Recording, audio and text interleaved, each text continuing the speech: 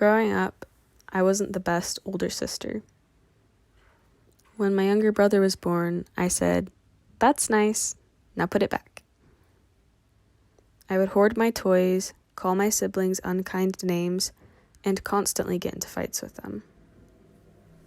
For their part, my siblings would exclude me from their games and pull pranks on me. I felt lonely and isolated in my own home. My siblings and I had a few good moments, but for the most part, we weren't exactly on good terms.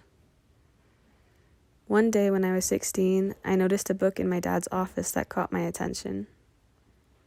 It was about love languages and how to use them to fix a failing marriage. The book was so enthralling that I managed to read most of it, and I seldom read more than the first quarter of even sci-fi or fantasy books at that age. Although it briefly touched on how love languages could be applied to other relationships, it gave me the feeling that I could use love languages to repair just about any relationship, including my relationship with my siblings. The first 5 love languages go as follows: quality time, words of affirmation, physical touch, acts of service, and giving gifts.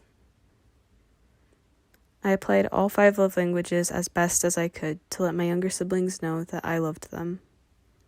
I started to spend time with them, tell them I loved them, and give them hugs. I looked for opportunities to serve them and give them little candies and cards to let them know how wonderful they were and how much I loved them. The cool thing is, they started to love me back too. My younger brother and sister began to look forward to spending time with me. One time, I had to turn my younger brother's request to play a game at 11 p.m. down because of homework, and it made us both very sad.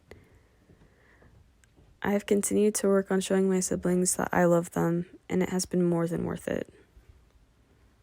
Nowadays, we are on much better terms than we used to be. My younger brother and I have fun together, and there is no one on this earth that I am closer to than my younger sister. I love my siblings, and I'm glad that I put in the effort to show them that I love them.